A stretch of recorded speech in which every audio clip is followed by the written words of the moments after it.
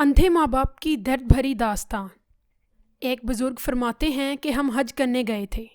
میں نے دیکھا کہ بیت اللہ شریف میں ایک مولوی صاحب روزانہ ان آیات کی تلاوت کیا کرتے تھے، جس کا ترجمہ ہے: ماں باپ کے ساتھ نیک سلوک کیا کرو۔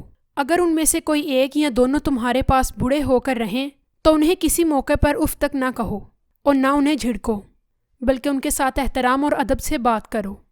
نرمی اور رحم کے ساتھ ان کے سامنے جھکے رہو اور دعا کیا کرو کہ اے پروردگار ان پر رحم فرما، جس طرح انہوں نے بچپن میں مجھے پالا تھا۔ وہ بیان کرتے ہیں کہ بعض وقت ان کی آواز لرزنے اور کانپنے لگتی اور الفاظ رک رک کر زبان سے نکلتے اور آنکھوں سے آنسوؤں کی لڑیاں بہنے لگتی۔ میں نے اپنے ساتھیوں کی طرف دیکھا تو وہ بھی میری طرح حیران تھے کہ ان آیات کی تشریح پر ان مولوی صاحب کی کیفیت ایسی کیوں ہو جاتی ہے۔ اس بات کی وجہ ان سے ضرور دریافت کرنی چاہیے تاکہ ہمیں بھی نصیحت حاصل ہو۔ لہٰذا جب ان کی نماز ختم ہوئی تو ہم نے انہیں چائے کے لیے کہا۔ ہمارے اصرار کرنے پر مولوی صاحب مان گئے۔ ہم حرم شریف سے باہر نکل کر ایک ہوٹل میں چائے پینے نکل گئے۔ حج کے دنوں میں حرم شریف کے پاس تمام ہوٹل دن رات کھلے رہتے تھے۔ ہم بھی ایک ہوٹل میں بیٹھ کر چائے پینے لگے اور باتیں کرنے لگے۔ باتوں باتوں میں ہم نے مولوی صاحب سے پوچھا کہ جناب آپ ہمیں صرف اتنا بتا دیجئے کہ ان آیات کی تشریح کے بعد آپ اتنا غمگین اور افسردہ کیوں ہوتے ہیں۔ اس بات کی وضاحت کرتے ہوئے انہوں نے اپنا واقعہ بیان کرنا شروع کر دیا کہ میں کلکتہ کے گاؤں کا رہنے والا ہوں اور میرے والدین اس شہر میں رہتے تھے۔ میرے والد ایک پرائیویٹ کارخانے میں ملازم تھے۔ پڑھے لکھے تو معمولی سے تھے لیکن خدا ترس آدمی تھے۔ میری عمر ابھی 4 سال ہی تھی کہ مجھے ایک اسلامی اسکول میں داخل کروا دیا گیا۔ میرے والدین مجھے دینی علوم کی تعلیم دلوانا چاہتے تھے، اس لیے میں نے 18 سال کی عمر میں عربی زبان سیکھ لی۔ میں دینی تعلیم کے دوران انگریزی زبان بھی پڑھتا تھا اور والد صاحب کے دوست کے مدرسے میں نے میٹرک کا امتحان بھی پاس کر لیا، مگر میری خواہش تھی کہ میں افسر بنوں۔ میں نے اپنے والد سے اس کا ذکر کیا۔ والد صاحب کو اس زمانے میں نوکری کے 200 روپے ملتے تھے، جن سے پورے گھر کا خرچ چلانا پڑتا تھا اور آئندہ کے لیے فکر ہوتی تھی۔ میرے والد کا خیال تھا کہ میں اب کوئی ملازمت کر لوں تاکہ گھر کا نظام سنبھال سکوں، لیکن میرا پکا ارادہ کالج میں داخلے کا تھا۔ میں نے والد صاحب کی بے حد خوشامد کی اور انہیں منا لیا۔ آخرکار والد صاحب راضی ہو گئے۔ میں نے کالج میں داخلہ لے لیا۔ میری والدہ بہت عقل مند خاتون تھی۔ اپنے خالی وقت میں وہ موم بتیاں بنا کر اچھے پیسے کما لیتی تھی۔ اس طرح انہیں محنت تو بہت کرنی پڑتی لیکن میری سب ضروریات پوری کرتی تھی۔ فیس تو والد صاحب دے دیتے مگر دوسری ضروریات کے لیے میری والدہ مجھے چپکے سے روپے بھیجتی تھی۔ مجھے معلوم تھا کہ والد صاحب بھی میرے اخراجات اور دوسرے بھائیوں کی تعلیم و تربیت کے لیے ڈیوٹی سے اضافی وقت میں کام کرتے ہیں، اس طرح ان کو زیادہ پیسے ملتے ہیں۔ اسی طرح ہمارا گھر چلتا رہا۔ میں نے 6 سالوں میں ڈگری حاصل کر لی۔ میں نے ڈگری تو بے شک حاصل کر لی مگر اس کالج کی تعلیم کے دوران اور اس زمانے میں کالج کے ماحول کے رہن سہن نے میرے اسلامی طریقے کو بدل ڈالا۔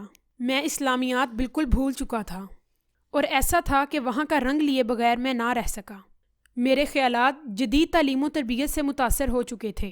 پھر کیسی نماز، کیسا روزہ، میرے حالات اور خیالات سب بدل چکے تھے۔ میں نے 6 سال کالج میں اول نمبر کی کامیابی لی، اس لیے درخواست دینے پر مجھے اسی کالج میں ملازمت مل گئی اور میں 350 ماہانہ تنخواہ پانے لگا۔ چند سالوں میں میری تنخواہ 500 ہو گئی۔ اب والدین نے میری شادی کی فکر کی۔ وہ چاہتے تھے کہ ایک نیک لڑکی سے میری شادی ہو جو گھر میں اچھی بہو بن کر رہے، لیکن میری خواہش تھی کہ جس سے میری شادی ہو وہ آج کی تعلیم اور تہذیب سے واقف ہو، ہر ایک کے ساتھ کھلے عام باتیں کر سکے۔ لہٰذا میں نے اپنی پسند کا ذکر اپنی والدہ کے ذریعے اپنے والد تک پہنچا دیا، لیکن میرے والد صاحب نے برا منا لیا۔ لیکن مجھے اس کے سوا کچھ نظر نہیں آ رہا تھا۔ ایسا بھوت سر پر سوار تھا کہ کہاں کا خدا اور کہاں کا خوف۔ ہر طرف سے شیطان نے رنگ چڑھا دیا تھا اور میں اپنی ضد پر قائم رہا۔ ماں باپ کی بات ماننے پر تیار نہ تھا۔ میرے بار بار اصرار کرنے پر ماں باپ مان گئے۔ وہ اس بات سے مان گئے کہ شاید انہیں ڈر تھا کہیں میں اپنی منمانی نہ کر لوں۔ اسی خوف سے انہوں نے ہاں کر دی۔ میری شادی ایک ماڈرن لڑکی سے ہوئی۔ شادی کو بھی کچھ ہی عرصہ ہوا تھا کہ والد صاحب کے کارخانے میں ایک گیس کی ٹینکی پھٹ گئی اور ان کی دونوں آنکھیں اندھی ہو گئیں۔ اس لیے اب وہ کارخانے جانے سے معذور اور بے روزگار ہو گئے۔ اب وہ کام کرنے کے بالکل قابل نہ تھے۔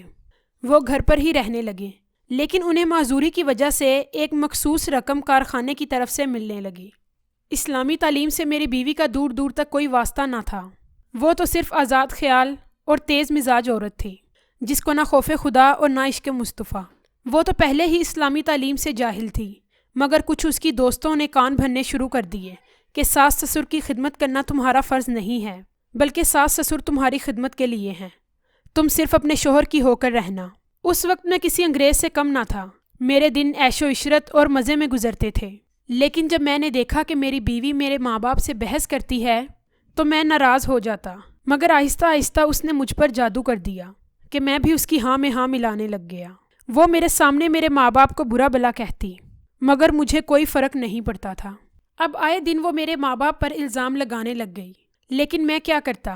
اس وقت شاید میں روحانی موت مر چکا تھا۔ والدین نے تھک ہار کر مجھ سے میری بیوی کی شکایت کی، لیکن میں نے یہ کہا کہ آپ کو کوئی غلط فہمی ہوئی ہے، میری بیوی ایسی نہیں ہے، وہ تو بہت عقل مند ہے۔ ایک دن والد صاحب رات کو پانی لینے کے لیے اٹھے، چونکہ وہ اندھے تھے اس لیے ایک چول سے ٹکرا گئے۔ اس چول پر دودھ کا برتن پڑا ہوا تھا اور وہ سارا دودھ گر گیا۔ اتنے میں بیگم صاحبہ اٹھی اور میرے والد صاحب کو ڈانٹنا شروع کر دیا اور کہا کہ یہاں پر چھوٹے کا دودھ رکھا ہے، وہ چرانے آئے ہو؟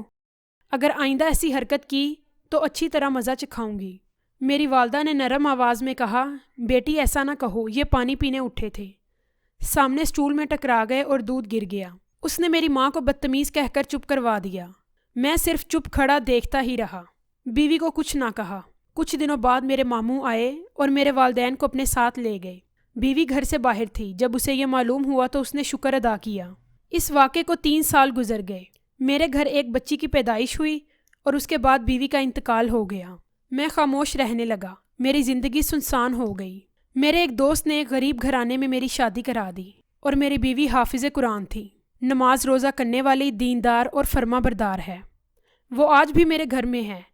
اچانک وہ ایک دن قرآن کی تلاوت کر رہی تھی اور اس نے یہ آیت پڑھی۔ میں نے جب سنی تو میرے سامنے وہ سب واقعات آ گئے۔ میں نے اس وقت کہا، ہائے میرے ماں باپ، اور میں بے ہوش ہو گیا۔ اس دن بہت عرصے بعد مجھے ماں باپ کی یاد آئی، مجھے بہت بے چینی ہوئی۔ میں دوسرے ہی دن اپنے ماموں کے ہاں گیا۔ وہاں پہنچنے پر مجھے معلوم ہوا کہ میرے والدین کئی مہینے پہلے گھر جانے کے بہانے یہاں سے جا چکے ہیں۔ اتنا سنتے ہی میرے پیروں تلے سے زمین نکل گئی۔ میرے دل میں خیال آیا کہ بڑھاپے اور نظر نہ ہونے کی وجہ سے نہ جانے وہ کہاں گئے ہوں گے۔ میں نے اپنے والد کی فوٹو لی اور اخباروں میں خبر چھپوا دی۔ اب مجھے رات بھر نیند نہ آتی کہ نہ جانے میرے والدین کہاں ہوں گے۔ میں نے اللہ تعالیٰ سے توبہ کی اور بہت دعائیں کی کہ یا اللہ میرے ماں باپ کو واپس لوٹا دے۔ تیسرے ہی دن ایک پولیس والا میرے پاس آیا اور کہا کہ جو فوٹو آپ نے ہمیں دی تھی اسی شکل کا ایک آدمی ایک قبر پر بیٹھا فاتحہ پڑھ رہا تھا۔ میں دوڑتا ہوا قبرستان پہنچا تو معلوم ہوا کہ وہ میرے چچا تھے، جن کی شکل میرے والد محترم سے ملتی تھی۔ میں ان سے اپنے والدین کے بارے میں پوچھنے لگا۔ میرے چچا نے نظر اٹھائی، سامنے والی 2 قبروں کو اشارہ کیا اور میرے والدین کو مخاطب کر کے کہا، دیکھو تمہارا لاڈلا آیا ہے۔ چچا جان کے منہ سے یہ بات سن کر میں قبر پر گر گیا اور پھوٹ پھوٹ کر رونے لگا، مگر اب کیا فائدہ، وقت تو گزر چکا تھا۔ بس اتنا سا کہہ کر مولانا صاحب خاموش ہو گئے۔ میں نے مولانا صاحب کی طرف دیکھا تو ان کی آنکھوں سے آنسو جاری تھے۔ بعض اوقات انسان سے ایسی غلطیاں ہو جاتی ہیں جو ساری زندگی کے لیے افسوس کا باعث بنتی ہیں، مگر کچھ لوگ ایسے ہوتے ہیں جو اللہ سے نہیں ڈرتے بلکہ پہلے سے زیادہ ظالم ہو جاتے ہیں۔ والدین کا مقام بہت اونچا ہے۔ بے شک جو اپنے والدین کی خدمت کر لے گا وہ دنیا اور آخرت دونوں میں کامیابی اور فلاح پائے گا۔ ناظرین، امید کرتی ہوں کہ یہ ویڈیو آپ کو پسند آئے گی۔ ویڈیو کو لائک کریں اور شیئر کریں اور ایسی مزید ویڈیوز کو دیکھنے کے لیے ہمارے چینل کو سبسکرائب کریں۔